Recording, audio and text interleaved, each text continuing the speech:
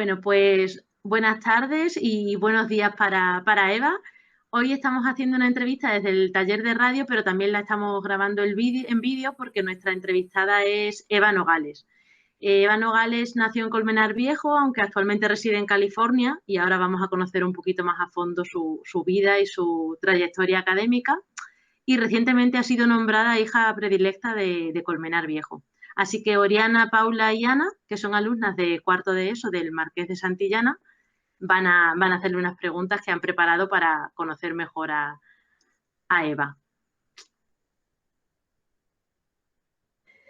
Bueno, pues primero queríamos preguntarte un poco acerca de cómo fueron tus años aquí en el instituto, porque, no sé, es como muy emocionante ver como una antigua alumna del mismo instituto en el que nosotras mismas estudiamos, pues, no sé, pero como queríamos saber un poco tu experiencia.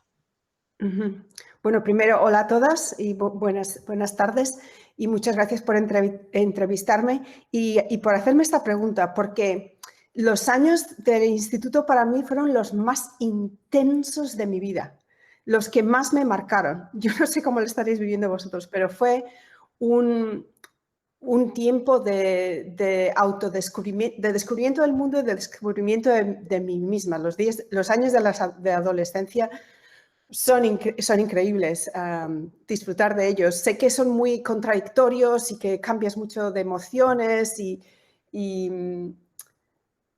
que algunas veces tienes dudas de ti misma y cosas así, pero la verdad es que son muy, muy especiales. Así que mis años en el instituto, de los que mejor recuerdo de toda mi vida, donde hice conexiones humanas tanto con la gente de mi propiedad como con profesoras del instituto, especialmente profesoras que me marcaron. O sea que yo creo que me definió como persona y últimamente como lo que terminé siendo, que fue como científico. Mi época favorita de la vida. Vale, pues ahora te voy a preguntar un poco sobre cómo, si en ese momento en el instituto empezaste a mostrar interés en la ciencia o en general, o esto ya había ocurrido antes, sino que si de pequeña ya te estaba interesando. No, a mí de pequeña, incluso en el instituto, me interesaba todo. Todo. Me interesaba la literatura, me interesaba la filosofía, me interesaban las matemáticas, todo. En realidad, en ese momento era muy difícil para mí definir. Es cierto que ya hacia el final, en el uno o dos últimos años, tomé una decisión, porque yo en principio sacaba muy buenas notas y entonces, no sé cómo será ahora, la gente que tenía mejores notas podía optar a estudiar medicina, que era lo que necesitaba, pues, donde las restricciones eran más altas. Entonces yo consideraba estudiar medicina porque podía, pero la verdad es que en un determinado momento encontré unas revistas médicas, empecé a hojearlas y me di cuenta de que yo no tenía ni estómago ni interés en dedicarme a la medicina. Y casi como que decidí ir a lo más distante posible, lejos de pacientes y lo más limpio, si quieres, en ese sentido. Y yo tenía una profesora de física que era espectacular, una profesora de matemáticas que era... Las tengo que mencionar porque son increíbles.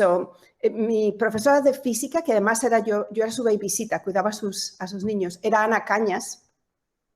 Y luego teníamos otra Ana de frutos, y Abelina, que eran las profesoras de biología y de matemáticas. Las tres de una dedicación y de una fuerza como personas que la verdad es que inspiraban mucho. Y a mí me gustaba el hecho de que las matemáticas pudieran explicar fenómenos físicos, y eso me atrajo a la física. Me pareció que era una ciencia muy cuantitativa y muy predictiva. Y además en esos tiempos había un programa que me encantaba, que se llama Cosmos, que ahora hay una versión nueva, pero en ese tiempo lo hacía Carl Sagan, que es uno de mis educadores científicos, mi educador científico favorito. Me parece que tiene una capacidad increíble de contar la ciencia de manera que te interesa, que te embelesa y que la entiendes. Y entonces por eso decidí estudiar física. Yo de pequeña pues quería ser o astronauta o bailarina, o sea que no tenía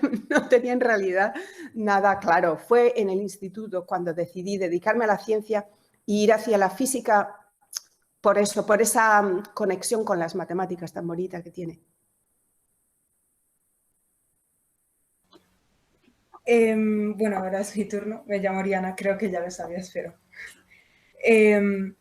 bueno, el próximo 11 de febrero se celebra el Día de la Mujer y la Niña en la Ciencia. ¿Erais muchas cuando estudiabais ciencia en tu carrera? No éramos muchas, aunque física no estaba tan mal. Yo creo que en física deberíamos ser como una cuarta parte, el 25% o una cosa así. Pero para que te hagas una idea, no había una sola profesora en el departamento de física de la Universidad Autónoma. No había ninguna. Y había una estudiante de tesis. Todos los demás eran hombres. Todos, al 100%. Entonces, pero en física, como ya te digo, éramos a lo mejor el 25%. Yo creo que en biología estarían un poquito más cerca del 40%. Pero en ingenierías, por ejemplo, yo tenía un par de amigas en ingenierías, había a lo mejor una de 200. Entonces, de verdad que eran otros tiempos. Esto va cambiando, la verdad es que va cambiando muy lento, muy lentamente, pero va cambiando. Mi departamento es un departamento aquí en la Universidad de Berkeley de biología molecular y celular y está bastante bien. Nosotros somos como un 35% de mujeres, pero por ejemplo, dentro de mi departamento hay una división, una sección que es de biofísica y bioquímica y ahí somos menos. Entonces todavía hay ciertas áreas donde tiende a haber menos mujeres. Y lo que es muy curioso es que si, por ejemplo, vosotros veis los estudiantes de licenciatura, en nuestro departamento son 50-50. Quizá hay un poquito más de mujeres, a lo mejor 55-45. Cuando llegan a los estudiantes de tesis, ya baja, ya empieza a ser un poquito menos mujeres que hombres. Cuando llegan al postdoctoral, que es el periodo que pasas antes de llegar a ser tu profesora, ya bajan mucho. Cuando llegan las profesoras, ya os he dicho que bajamos como al 30%. Y si vas a ver cuántas posiciones hay pues de jefa de departamento y cosas así, todavía baja más. Pero como ya os digo, está cambiando. Es como algo que fluye. Cuanto más estudiantes de licenciatura haya, luego más habrá de graduate students y de estudiantes de tesis y así se va como llenando la botella, si queréis. Pero es cierto que durante estos años se pierden mujeres por el camino. Eso, pues porque todavía la situación es tal que las mujeres tienen que tomar decisiones de balancear su vida profesional y personal que significan una cosa a la otra, algunas mujeres perciben que es una cosa a la otra, mientras que no les ocurre a los hombres. Entonces, hay muchos casos en los que estas profesiones que se consideran que son como que requieren mucha dedicación, mucho tiempo, mucho esfuerzo, puede hacerlo compatible la investigación, que si queréis os cuento cómo va la cosa, lo puede hacer compatible con tener una familia, con tener hijos, y voy a tener que elegir cómo llevo a mi familia, los niños que los llevo a la guardería desde que tienen 5 semanas, cosas así. Entonces, esas decisiones hacen que muchas mujeres en un determinado momento decidan no puedo, no me merece la pena sacrificar mi vida familiar, mientras que los hombres no se plantean que tener una determinada profesión vaya a ser un sacrificio para su vida personal. Entonces, ¿nos puedes hablar un poco de qué va biofísica y bioquímica? Vale, de acuerdo, pues sí. la biofísica y la bioquímica son dos modalidades que estudian procesos biológicos utilizando diferentes tipos de técnicas y haciendo diferentes tipos de preguntas. En la bioquímica, normalmente se trabaja, tanto la bioquímica como la biofísica se tiende a trabajar fuera de la célula con elementos biológicos como simplificados, que entiendes con piezas donde puedes tener más o menos control. Y las preguntas y los métodos son más químicos en un caso y más físicos en el otro. En la bioquímica, mi laboratorio hace los dos. Yo hablo de bioquímica cuando estamos hablando de purificar una proteína, ver si tiene actividad enzimática, este tipo de cosas. Hablo de biofísica cuando estamos utilizando un microscopio electrónico que no cabe en una habitación que es gigantesco para sacar imágenes a resolución atómica y luego utilizar sistemas de computación para obtener estructuras tridimensionales. Entonces, y al final todo esto son métodos que intentan estudiar procesos biológicos de forma cuantitativa y predictiva. Voy a aprender algo de este complejo macromolecular que lo describe en detalle y que me permite luego predecir cómo va a funcionar o interpretar cómo mutaciones en genes humanos dan lugar a enfermedades genéticas o predecir dónde puedo buscar un hueco en la proteína donde una molécula de diseño, un fármaco, pueda unirse y cambiar la actividad de la proteína. Todo esto son, al final todo se trata de entender sistemas biológicos, cómo funciona la célula, cómo funciona el organismo, pero utilizando métodos que son muy cuantitativos en vez de más descriptivos por ejemplo.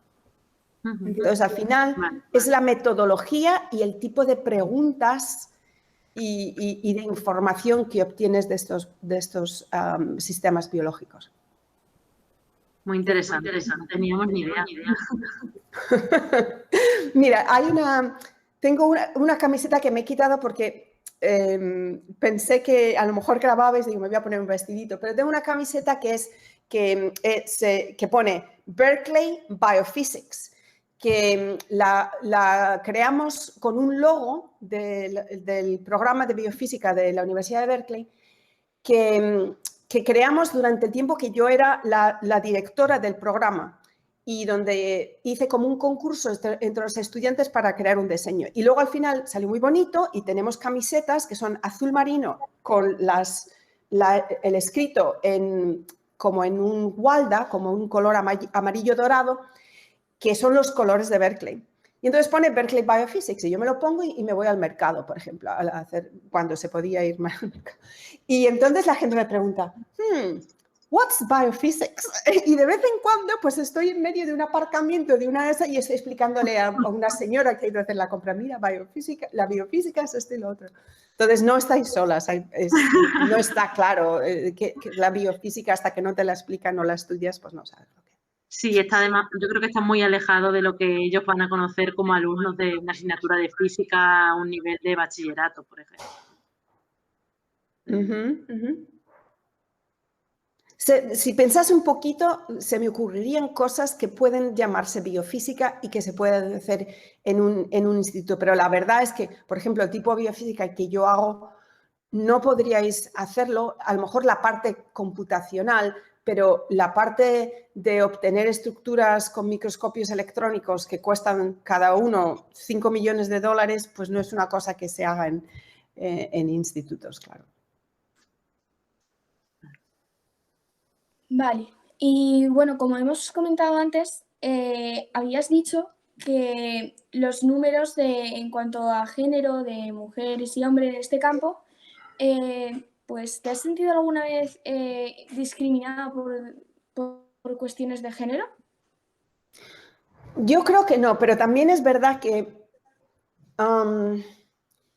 aquí se utiliza una expresión que es yo tengo la piel muy dura, o sea que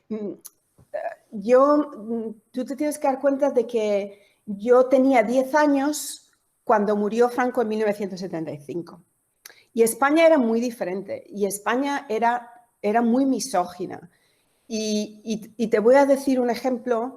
En el año en el que yo me gradué del instituto, o sea, los años que pasé, espero que esto no sea falta de modestia, pero había 3 estudiantes que éramos las que teníamos la mejor nota del instituto. Las 3 éramos chicas, por cierto. ¿Okay? Una terminó estudiando medicina. Yo estudié física y a la otra no le dejaron estudiar. Su padre no la dejó estudiar. No la dejó estudiar porque su hermano no se le daban bien los estudios, no había podido estudiar nada después del instituto, y a él le parecía horrible el concepto de que si el hombre en la casa no había estudiado, que la mujer estudiase. Y mira, mi profesora de física, otras profesoras intentaron, le rogaron, le suplicaron y no la dejó. Entonces, ese es el tiempo en el que yo me estaba formando como científica. En mi casa no tuve ningún problema. Mis padres nos trataron a mi hermano y a mí iguales. Nos daban todas las oportunidades y no había diferencia, ni fuera ni dentro de casa. ¿Okay? Pero era un tiempo donde, si quieres, una vez que me adapté a eso, lo que me ha venido después, a mí no me ha afectado.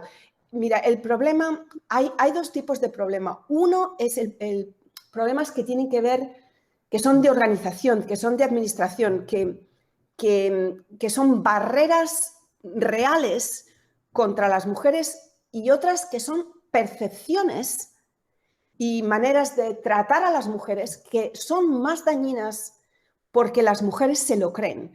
Si alguien te dice, no, tú no puedes estudiar o tú no puedes ser buena para ciencia, eso no es una cosa para mujer, y a ti lo oyes, te entra por un oído y te sale por el otro, tampoco te hace mucho daño. El problema es que muchas mujeres, muchas niñas, terminan creyéndose esas pamplinas y pierden la autoestima.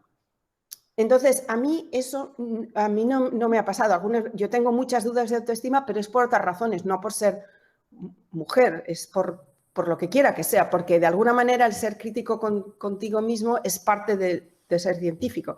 Pero en cualquier caso, yo creo que se está trabajando mucho para que esas partes que tienen que ver, que son más políticas, más de generar, de asegurarte de que no hay procesos en los que las mujeres se les detengan, se está trabajando mucho y se está mejorando. Y luego está la parte que es un poco más difícil, que es la psicológica, y que lleva más, porque está como más enraizada, de las personas tener estos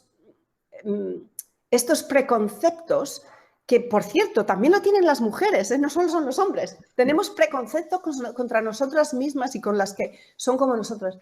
Esas tardan más en eliminarse. Es un problema más social que un problema político, si queréis. Entonces, lo más importante, que es fácil decirlo, es las mujeres deben no perder la autoestima. Una de las cosas que ayuda más es juntarte con otras mujeres y hablar de esto. Eso es lo mejor. Entonces, yo empecé, en un determinado momento organizamos, mi departamento tiene reuniones de las mujeres profesoras. Nos juntamos y nos juntamos pues a tomar copas o vamos a cenar o hacemos lo que sea. Y hablamos entre nosotras. Y eso ayuda mucho porque te das cuenta de que las cosas por las que tú estás pasando les están pasando otras, pero te dan otra perspectiva, te ayudan. Ese trabajar en grupo, las mujeres lo hacen muy bien, y ese apoyo que nos damos las unas a las otras es un tesoro. Entonces, eso tenerlo en mente, porque es algo que os va a venir muy bien, y respectivamente de que terminéis siendo científicas o trabajéis en cualquier otra cosa. Y ahora los profesores masculinos nos envidian, porque es que organizáis estas cosas, os lo pasáis también y no nos invitáis, y nosotros, pues organizar algo vosotras. Para organizar lo de los hombres, pero ellos tienen menos tendencia a agruparse de esa manera. Entonces, No, no he recibido. Algunas veces lo que sí he sentido es que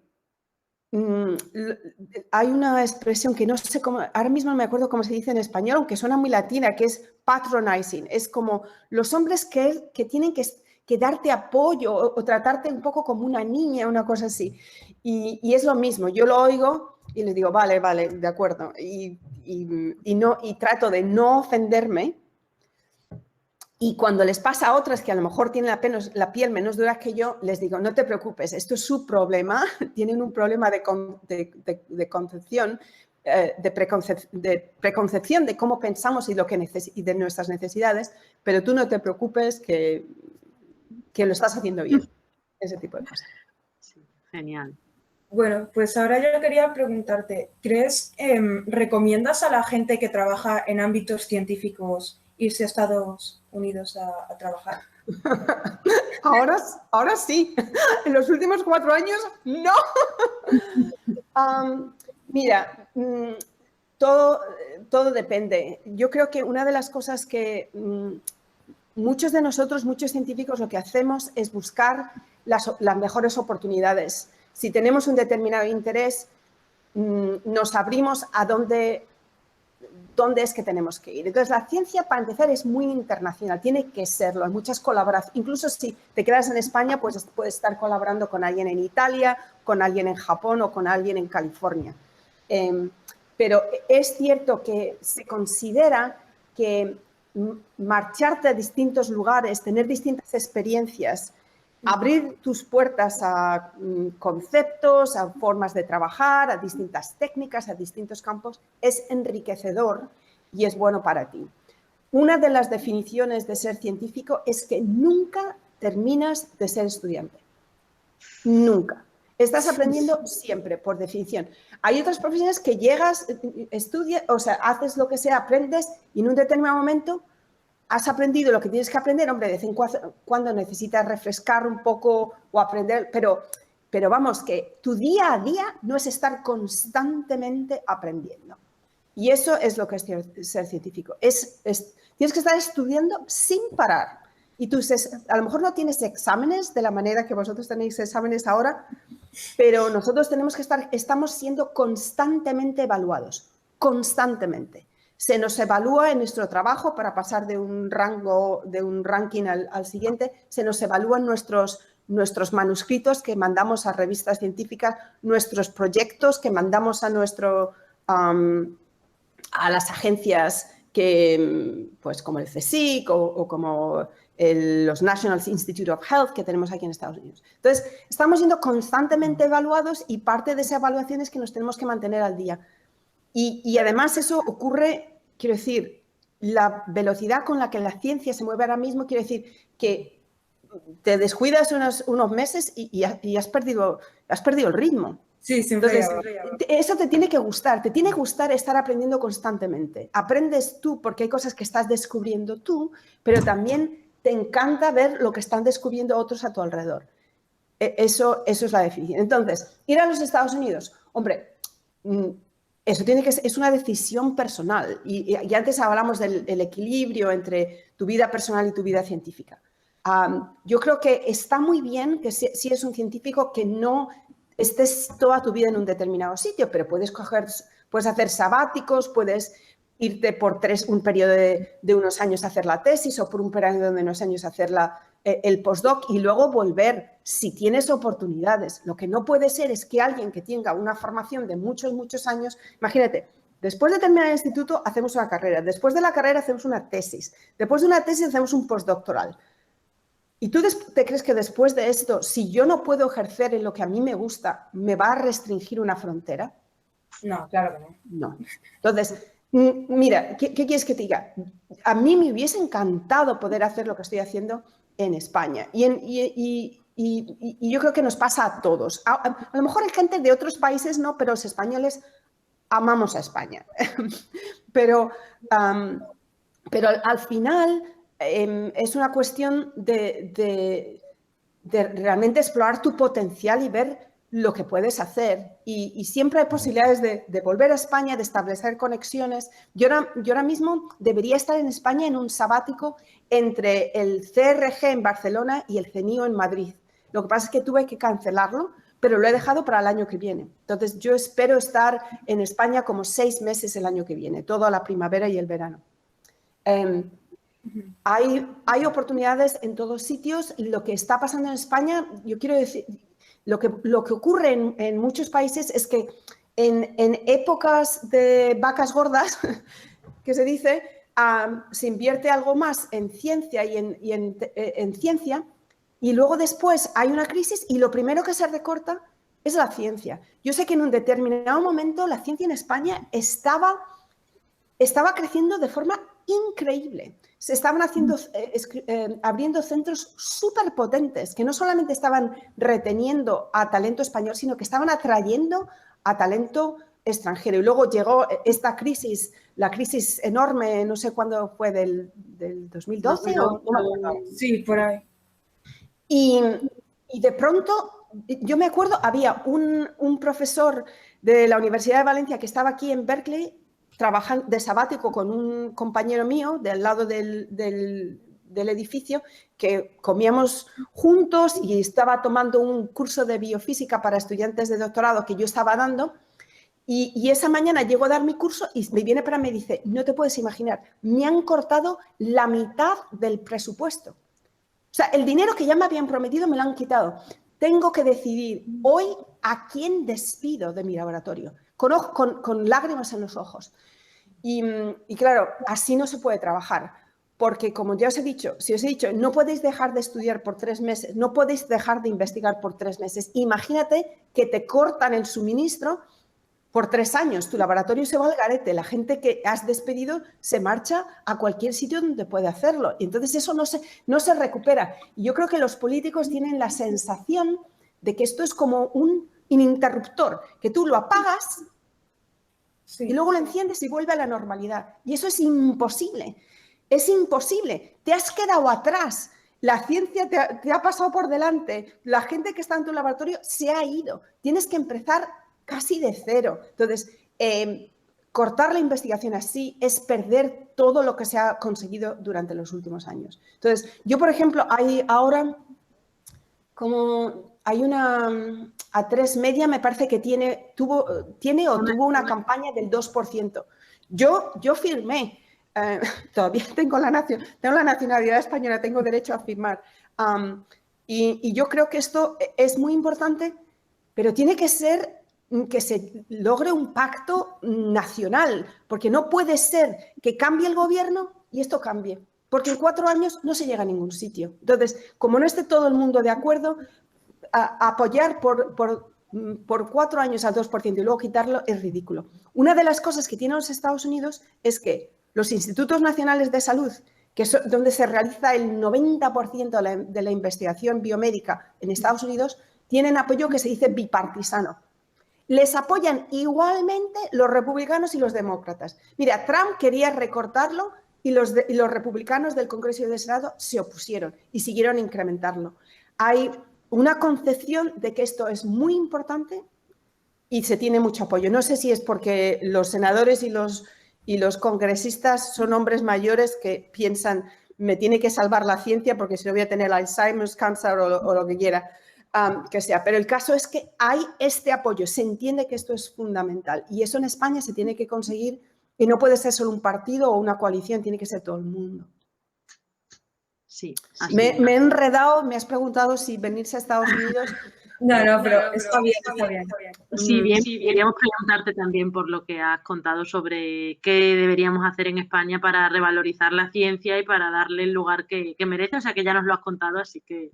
No, bueno, no todo. O sea, tiene que haber apoyo institucional, pero mira, tiene que haber apoyo de la ciudadanía por 2 razones. Una, porque la ciudadanía es la que vota a los políticos y que va a apoyar determinadas tendencias y tiene que haber ese apoyo y tienen que decidir que sí, 2%, que en vez de dedicarse a otra cosa, se dedique a la ciencia. Todo el mundo, la gente tiene que estar de acuerdo. Pero también es de la ciudadanía de la que tienen que salir los científicos. Entonces, tiene que haber una apreciación por la ciencia, una apreciación. Yo creo que ahora es un momento, yo creo que bastante bueno, porque con esto del desarrollo de las vacunas, que por cierto, yo estoy alucinada. Durante este tiempo estoy en mi casa porque trabajamos de forma, todo es online.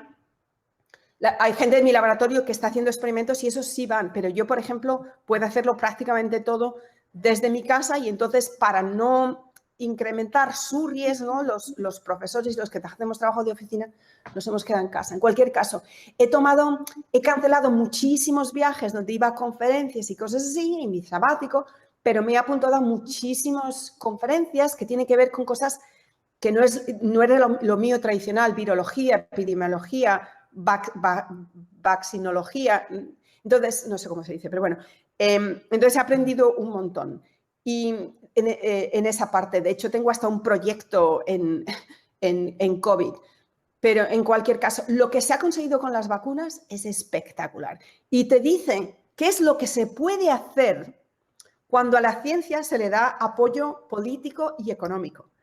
Es impresionante y yo creo que lo bueno que va a salir de esto es que, por ejemplo, estas vacunas de ARN mensajero, esas están aquí para quedarse y eso nos va a conseguir reaccionar muchísimo más rápido a todo lo que nos venga más por delante. Entonces, yo creo que la gente está ahora muy consciente de lo importante que es la ciencia porque les ha tocado o sea, es algo que no puedes ignorar ahora. Si les están poniendo una vacuna, se tienen que dar cuenta de que esto ha venido de ciencia y que ha sido tan rápido porque muchísima gente había estudiado antes esto. O sea, tienes que saber entender el virus, entender lo que se llama el dogma central de la biología molecular para darte cuenta de que puedes utilizar un ARN para producir una respuesta inmunológica. Hay mucho trabajo. Entonces, yo creo que espero que esa apreciación cale en la ciudadanía, pero también que se entienda que esto no es como decir voy a invertir en ciencia y a los 5 años espero que haya 5 patentes y 3 compañías. Por Dios. O sea, esto no es una carrera de 100 metros, esto es un maratón. Hay que invertir a largo plazo, porque las cosas fáciles y triviales no ocurren. O sea, los verdaderos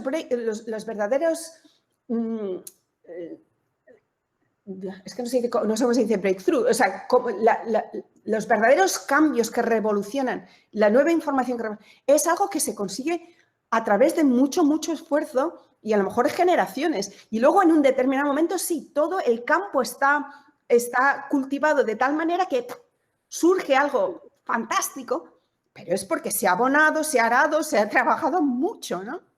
Entonces, esta idea, que es lo que tienen los políticos, creen, bueno, yo voy a apurar mi ciencia si antes de término de mi mandato han sacado algo y les puedo decir, es que esto es gracias a mí.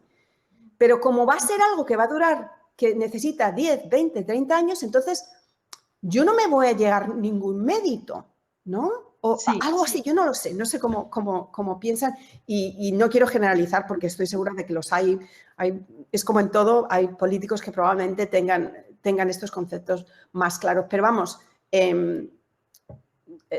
yo creo que es importante que la gente entienda la ciencia porque al final son sus impuestos los que van a ser utilizados para hacer investigación y que sean la base para que gente como vosotras decida esto es lo que yo quiero hacer en el futuro. Porque si se pone mucho dinero pero nadie quiere hacerlo, pues tampoco. O sea que las dos cosas van unidas. Cuanto más gente quiere hacer ciencia, más tendremos una base de la cual algunas personas terminen siendo realmente líderes mundiales. Esto lo apoya el tener más dinero, pero si tienes más dinero y la ciencia va mejor, es probable que se invierta aún más. Es como un círculo que se retroalimenta. Entonces, pero es muy importante que haya una cultura en la sociedad que se aprecie la ciencia, que no se aprecie solamente yo qué sé, imagínate que los científicos se apreciaran como los youtubers en vuestra generación. Sería espectacular. Pero la gente tiene otras prioridades y tiene que ver con eso. Lo que te entretiene y lo que te inspira, ¿qué es? ¿Qué es eso? Entonces... Sí, y con lo inmediato, ¿no? Con lo inmediato, con lo que es... sí. Lo que podemos ver, la aplicación práctica que podamos ver enseguida. Ya. Y me gustaría hacerte una pregunta porque me ha parecido muy interesante el punto de que también se necesita como apoyo de la ciudadanía, pero desde el punto de vista de, por ejemplo, nosotras como estudiantes, ¿cómo piensas que se puede fomentar el gusto hacia la ciencia o una atracción o acercamiento a este campo que, como has dicho, es tan como que se necesita más valoración?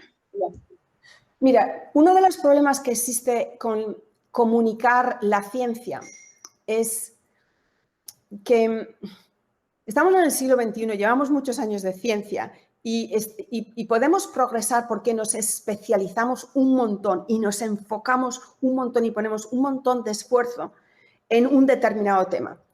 Y al final somos todos como muy especialistas. Si yo hablo con un inmunólogo, le tengo que decir, por favor, que es que no te estoy entendiendo. O sea, no me utilices estas palabras que no sé lo que dicen, estas siglas que no sé lo que dicen, esta técnica. ¿Me puedes decir de qué va? Porque es que no... Y claro, utilizamos un lenguaje que es tan especializado para poder comunicar mucho, asumiendo conocimientos preexistentes en el otro. Es como nos comunicamos dentro de una determinada modalidad. Entonces, nos cuesta mucho, te lo creas o no. Para mí, las charlas más difíciles son las charlas para gente, pues a lo mejor del instituto como vosotros. Esas son súper difíciles porque tengo que olvidarme de lo que sé y de lo que pienso que otros tienen que saber y realmente volver a esos años y darme cuenta de que hay muchas cosas que no. Entonces, algunas veces los científicos nos podemos hablar y no se nos entiende. Entonces, por eso me gustaba Sagan, porque una vez que te entiendes, la ciencia es tan fascinante que la gente le ilusiona y dice, Dios mío, han hecho esto, cómo me gustaría haber sido parte del equipo y haberlo descubierto y tal. Entonces, hay un fallo de comunicación y todos sabemos lo importante que es que nos comuniquemos, pero es que tenemos que hacer tantas cosas que esto es una cosa más y cómo podemos hacerlo todo. Pero, por ejemplo, mira, una cosa que se puede hacer. Un problema con lo que la ciencia que estudias en el instituto es que está desconectada de lo que tú crees que tú podrías hacer. Y a mí me ha pasado esto hasta que empecé a estudiar la tesis. Estudias cosas y te son ajenas, estás memorizando cosas que no saben para qué sirve esto. A mí, ¿para qué mi vida? Yo no lo entiendo. ¿Cómo puedo contribuir yo a este tipo de conocimiento? Entonces, hacer ciencia, o sea, hacerlo con tus manos, de manera que lo que tú hagas y lo que tú observes eso es lo que yo estaba estudiando. Ahora lo comprendo porque lo estoy haciendo yo. Y claro, eso también necesita mucho más trabajo desde el punto de vista de la profesora que simplemente hacer que memorices un determinado de cosas o que pases o que aprendas un número de ecuaciones. Es diseñar un experimento que sea factible, que se puede hacer en un instituto, que lo puedan hacer cientos de estudiantes y que les dé un sentido más real, más directo de lo que es hacer ciencia. Porque es que si no, es que es una cosa que no se entiende y que para qué sirve y yo no voy a poder hacerlo. Entonces, esa conexión, yo puedo ser un científico. Mira, estoy haciendo un experimento. Y voy a investigar algo que no sé la respuesta para empezar, pero la voy a encontrar. Y resulta que para hacerlo he utilizado cosas que me habían enseñado antes, que yo decía, ¿esto para qué porros me va a servir? Entonces, yo creo que esa participación directa de gente como vosotros que se están formando, no quiere decir que el 100% de vosotros haga el experimento y decida, eso es lo que queréis hacer en vuestra vida. Pero si hay una semillita, yo creo que la semillita empezará a brotar si tenéis esta experiencia más directa, que os conecte directamente, hacerla vuestra, en vez de ser algo ajeno, ininteligible. Yo creo que yo creo que eso es fundamental. Si se tiene tiempo y se puede, y se puede recursos poner también. los recursos, claro. Tengo una pregunta. ¿Cuáles crees que son los puntos que más te marcaron los profesores de tu instituto? Porque me dijiste que te inspiraron mucho todo eso. Entonces, ¿qué crees que es lo que más te inspiró de esas personas y lo que más te hizo Su cambiar? pasión. Su pasión por lo que enseñaban. El hecho de que cuando lo enseñaban te dabas cuenta de que les encantaba hacerlo. Y además que eran, o sea, las dos Anas y Evelina eran muy buenas. O sea, tenían entusiasmo, pero además hacían que comprendieras y que entendieras lo que te estaban contando. Y lo hacían de manera que no perdían rigurosidad, que algunas veces como que si suavizas un poco el tono y enseñas menos, a lo mejor la gente te sigue. No, eran muy rigurosas, pero tenían una pasión que es que se respiraba cuando entraban en la clase.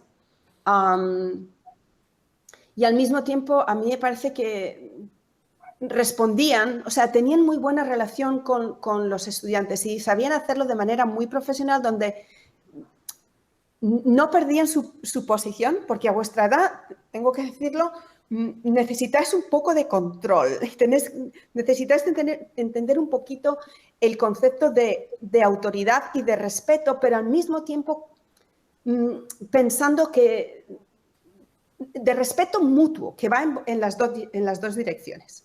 Sí.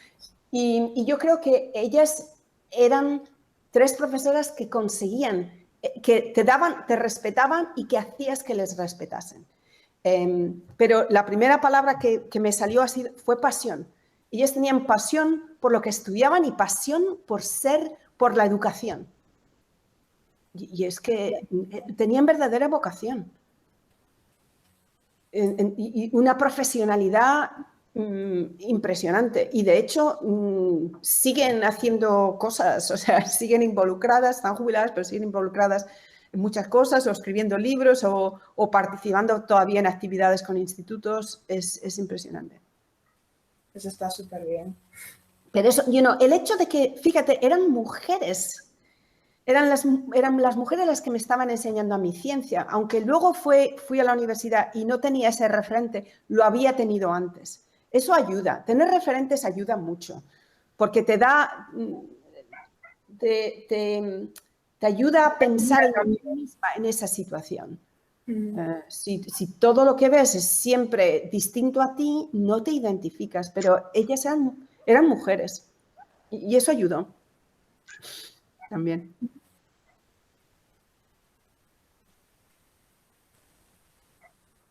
Muy bien. Ana, ¿terminas tú con...? Sí, bueno, pues ya casi para finalizar toda esta entrevista que, bueno, pues sobre otra vez aquí la ciencia en España. ¿Te gustaría volver aquí a trabajar a España? Que ya nos has contado como que en unos 6 meses estarás por aquí, pero... Pues yo no pierdo la esperanza. No pierdo la esperanza. Mira, tengo además un compañero de aquí, otro profesor en mi departamento, Carlos Bustamante, que es de Perú, pero es un hispanófilo y que adora España. Y también biofísico, un biofísico más puro, diría, aunque yo. Y a los dos nos encanta todas las oportunidades que tenemos de ir a España, vamos. Y de vez en cuando hablamos de la posibilidad, y si consiguiéramos conectar con gente y proponer la idea de un instituto de biofísica en España muy potente, donde nosotros pudiésemos contribuir, irnos allí y participar en formarlo y en crecerlo. Entonces, no pierdo la esperanza. Yo en Berkeley la verdad es que estoy muy feliz a mí en Berkeley se me dieron muchísimas oportunidades, se me ha dado y se me continúa dando mucho apoyo. La calidad de los estudiantes, de mis compañeros del profesorado es como hay muy pocos sitios en el mundo que tengan este tipo de nivel. Entonces, yo estoy muy feliz, pero la verdad es que me encantaría poder volver a España. Pero tiene que ser volver a España cuando creo que voy a poder aportar algo y crear algo que merezca la pena. O sea, no irme pues, a jubilarme, una cosa así, sino hacer algo por la ciencia en España. Entonces, no pierdo la esperanza. Y a lo mejor este tiempo que voy a pasar en España durante esos meses, el año que viene, será una oportunidad de empezar a obtener información y hablar con gente y ver qué posibilidades existen para el futuro. Y si se invierte más en la ciencia, pues entonces todavía más probabilidades, ¿no? De crear cosas nuevas, centros nuevos como ese. Muy bien, pues muchísimas gracias, Eva. Bueno, yo creo que de parte de todas nos ha encantado y te agradecemos de verdad muchísimo que, bueno, pues que hayas gastado tu tiempo en contarnos tantas cosas que además, bueno, que van a ser para todos, que va a conocer mucho alumnado del centro y que creo de verdad que ha sido muy, muy interesante. Pues yo encantada de hablar con vosotros. Las cosas que os he dicho yo creo que os transmiten cómo de importante creo que es que este tipo de comunicación es para que la ciencia siga adelante y que haya nuevas generaciones. O sea, que estoy encantada y además me habéis hecho recordar tiempos en los que son muy importantes en mi vida, así que también aprecio eso. Me ha encantado también. Mucha suerte, chicas. Y a lo mejor algunas de vosotras se dedicarán al periodismo y a la radio o la comunicación, pero quién sabe, a lo mejor alguna de vosotras también es científica.